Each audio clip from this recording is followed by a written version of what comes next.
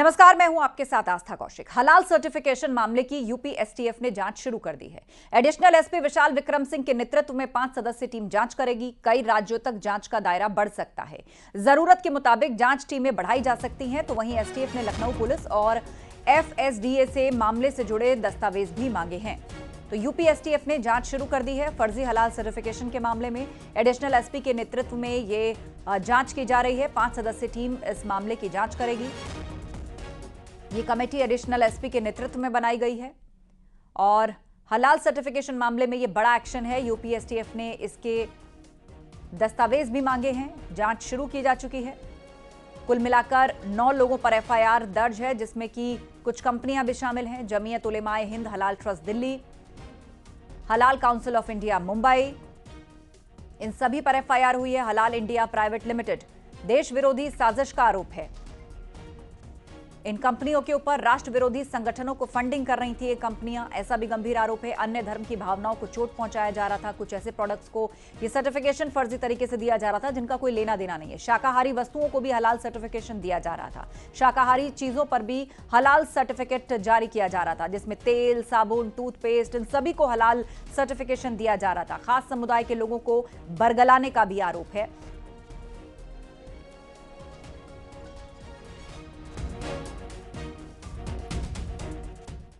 अलीगढ़ में हलाल सर्टिफिकेशन मामले में प्रशासनिक मशीनरी सक्रिय हो गई है, जिसके चलते एडीएम के नेतृत्व में औषधि विभाग ने महानगर में सघन चेकिंग अभियान चलाते हुए छापा मारा है। इस एक्शन से हड़कंप मच गया है। औषधि विभाग की ओर से कई जगहों से जांच के लिए नमूने लिए गए हैं। इस पर चिकन डिलाइट सूप है ये, और इस पर हलाल का उल्लेख है। खाद्य पदार्थों का मानकों का निर्धारण जो शीर्षक संस्था है वो एफएसएसएआई द्वारा होता है, जिसमें कहीं ऐसे प्रावधान नहीं है। इस तरीके से एक समानांतर व्यवस्था चल रही है हलाल को लेकर, जो कि उपभोक्ताओं में भ्रम की स्थिति पैदा करती है। इसके दृष्टिगत राज्य सरकार ने तत्काल प्रभाव से इसके विक्रय, भंडारण एवं वितरण पर पूरी तरीके से रोक लगा दी है। जनपद अलीगढ़ में उसी के क्रम में कार्रवाई की जा रही है।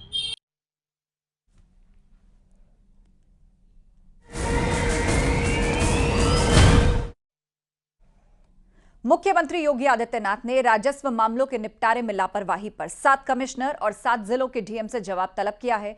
संतोषजनक जवाब न मिलने पर इनके खिलाफ बड़ी कार्रवाई भी की जा सकती है।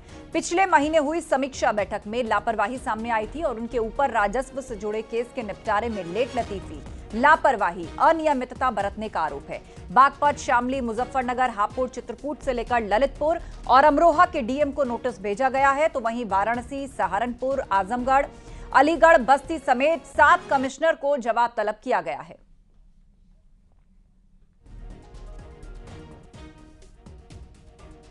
सात कमिश्नर और 7 डीएम से जवाब तलब किया गया है। किन किन से जवाब मांगा गया है, उन जिलों के नाम हम आपको बता रहे हैं। आजमगढ़, मुजफ्फरनगर, अलीगढ़, हापुड़, ललितपुर,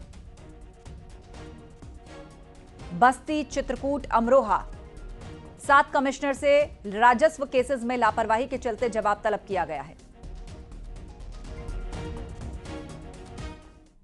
पीएम मोदी कल कान्हा की नगरी मथुरा के दौरे पर रहेंगे। प्रधानमंत्री मोदी यहां पर मीराबाई की 525वीं जयंती के मौके पर आयोजित संत मीराबाई जन्मोत्सव में भाग लेंगे। पीएम के दौरे को लेकर जोर शोर से तैयारियां चल रही हैं। पीएम मोदी मीराबाई के सम्मान में एक स्मारक टिकट और सिक्का भी जारी करेंगे। इस मौके पर आयोजित सांस्कृतिक कार्यक्रम में भी वो शामिल होंगे और सूत्रों के मुताबिक प्रधानमंत्री दोपहर के बाद मथुरा पहुंचेंगे और रात करीब 8 बजे मीराबाई की जयंती पर आयोजित कार्यक्रम में शिरकत करेंगे। ब्रजराज उत्सव में शामिल होने के बाद प्रधानमंत्री श्री कृष्ण जन्म स्थान दर्शन करने जा सकते हैं। प्रधानमंत्री के आगमन को लेकर एक तरफ जहां जिला और पुलिस प्रशासन व्यवस्थाओं में लगा है, तो वहीं डीएम, एसएसपी लगातार अधिकारियों के साथ ब्रीफिंग कर रहे हैं। प्रधानमंत्री सांसद हेमा मालिनी के विशेष अनुरोध पर ब्रजरथ उत्सव में शामिल होंगे।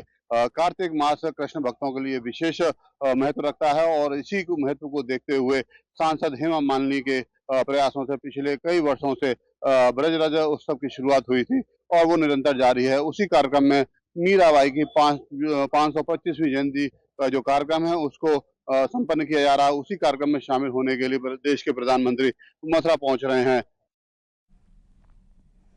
सहारनपुर में अज्ञात वाहन ने बाइक सवारों को टक्कर मार दी। इस हादसे में 2 युवकों की मौत हो गई, जबकि एक घायल को हाई सेंटर रेफर किया गया है। बाइक सवार हिमाचल के पावंटा साहब से वापस लौट रहे थे। घटना मिर्जापुर थाना क्षेत्र के हथनीकुंड बैराज चौकी क्षेत्र की है।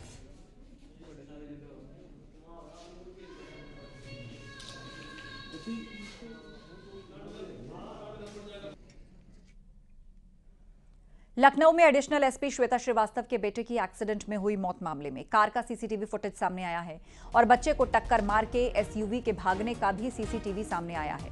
पॉलिटेक्निक चौराहे के पास सुबह 5:42 का ये फुटेज है और आप देख सकते हैं कि ये एक्सयूवी गाड़ी सफेद रंग की तेज रफ्तार से आ रही है। बराबर से एक साइकिल सवार भी गुजरता है और ये वो जगह है जहां पर ये बच्चा स्केटिंग कर रहा था और वक्त सुबह 5:42 का और यहीं पर टक्कर मार के ये एक्सयूवी फरार हो जाती है।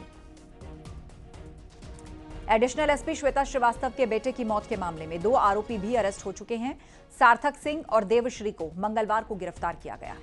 इनसे अब पूछताछ की जा रही है। मामले से जुड़े हुए और सबूत तलाश किए जा रहे हैं। सड़क हादसे में एडिशनल एसपी के बेटे की जान चली गई थी। ये बच्चा स्केटिंग कर रहा था और उस वक्त सफेद रंग की एक्सयूवी ने इसको टक्कर मारी और तेज रफ्तार से बच्चे को छोड़कर वहां से निकल गई। अस्पताल पहुंचाया गया इलाज के लिए बच्चे को, लेकिन उसने दम तोड़ दिया। इस मामले में 2 आरोपियों की भी गिरफ्तारी हो चुकी है, सार्थक सिंह और देवश्री। इस बीच इस घटना से जुड़ा ये सीसीटीवी फुटेज भी सामने आया है, जिसमें वो एक्सयूवी गाड़ी दिख रही है जो तेज रफ्तार से जाती हुई नजर आ रही है।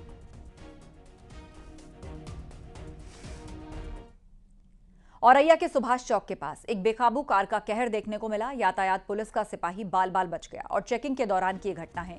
बेकाबू कार चालक मौके से फरार हो गया। बाल बाल बची सिपाही की जान।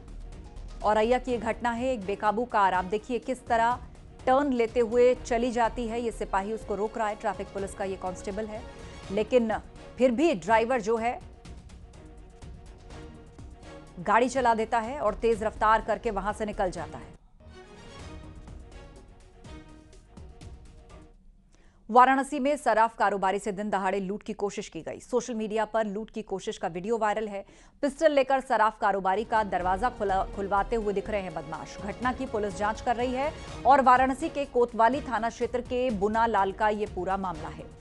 घटना की पुलिस अब जांच कर रही है। वाराणसी की यह घटना, पिस्टल लेकर दरवाजा खुलवा रहे हैं ये बदमाश। आप देखिए इनकी संख्या 4 फिलहाल बदमाश नजर आ रहे हैं इस फुटेज में, जिनके हाथ में एक पिस्टल है और उस पिस्टल को लेकर ये लोग दरवाजा खुलवाते हुए दिख रहे हैं। सीसीटीवी में ये तस्वीर कैद हुई है। वाराणसी की घटना जहां पर सराफ कारोबारी के घर लूट के इरादे से ये बदमाश किस तरह दाखिल हुए, पिस्टल लेकर दरवाजा खुलवाने की कोशिश करते हुए नजर आ रहे हैं।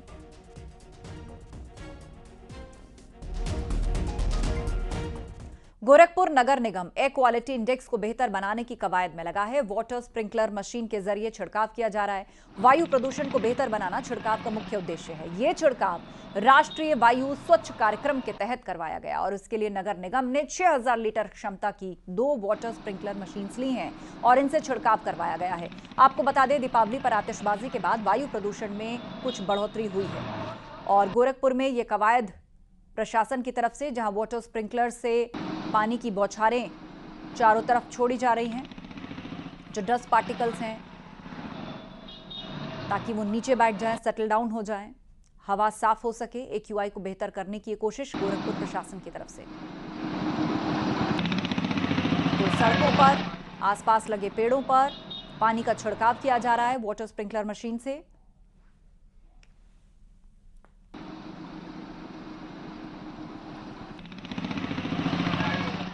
करने के बाद एयर पॉल्यूशन का जो स्तर है वो घटा है। AQI में जो है हमारे सुधार आया है और निरंतर हम लोग प्लानिंग करके शहर की सारी मुख्य सड़कों पर, ऐसे एरियाज में जहाँ पे एयर पॉल्यूशन बढ़ने का खतरा ज़्यादा है, वहाँ पे वाटर स्प्रिंकलिंग का कार्य करा रहे हैं। उधर कानपुर में लगातार AQI लेवल बढ़ता जा रहा है। आज लगभग 250 के पार AQI लेवल यहां पर देखने को मिला। पॉल्यूशन लोगों के लिए हानिकारक साबित हो रहा है और फिलहाल इस बढ़ते पॉल्यूशन की वजह से लोगों को सांस लेने में दिक्कतें हो रही हैं।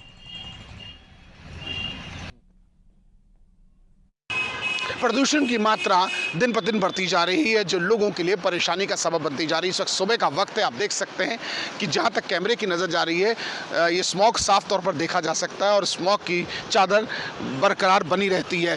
दीपावली के बाद से लगातार बनी, हालांकि अगर AQI लेवल की बात की जाए तो 200 से 250 के बीच में फ्लोट कर रहा है और कानपुर के अलग अलग सेंटर्स पे इसका रीडिंग देखने को मिल रही है और खासकर सुबह के वक्त ज़्यादा इसका असर देखने को मिलता है। अगर इसकी हम डिमॉन्स्ट्रेशन वाली बात करें तो गाड़ियाँ जो थाने के बाहर खड़ी हैं, इन पे जो ये डस्ट है इस बात का प्रमाण है कि कितना। और मैं आपको दिखाना चाहूँगा कि ये एम्बुलेंस रोज़ खड़ी होती है और हटती है। सुबह का वक्त है, देखिए पॉल्यूशन की चादर, देखिए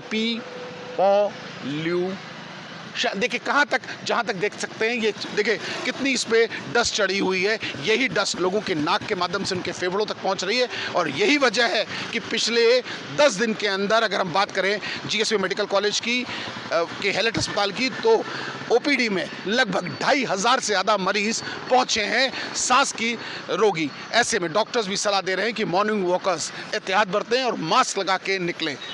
अब देखना ये होगा कि प्रशासनिक अधिकारी क्या विकल्प ऐसा लाते हैं जिससे इस प्रदूषण की मात्रा को कम किया जा सके। बिजनेस आशीष पांडे के साथ अमित गंजू, न्यूज़ 18 कानपुर। वहीं उत्तरकाशी की सिलक्यारा टनल में मजदूरों का रेस्क्यू ऑपरेशन जारी है। उसे लेकर मुख्यमंत्री पुष्कर सिंह धामी ने क्या कहा, आपको सुनवाते हैं। गई थी उससे भोजन इत्यादि अंदर जा रहा है और आज जो मशीन है, ऑगर मशीन, वो मशीन काम कर रही है। हमें उम्मीद है कि जल्दी सभी हमारे श्रमिक भाई सकुशल बाहर निकलेंगे। और कल जहाँ 6 इंच की पाइप चली गई थी उससे भोजन इत्यादि अंदर जा रहा है और आज जो मशीन है, ऑगर मशीन, वो मशीन काम कर रही है। हमें उम्मीद है कि जल्दी सभी हमारे श्रमिक भाई सकुशल बाहर निकलेंगे।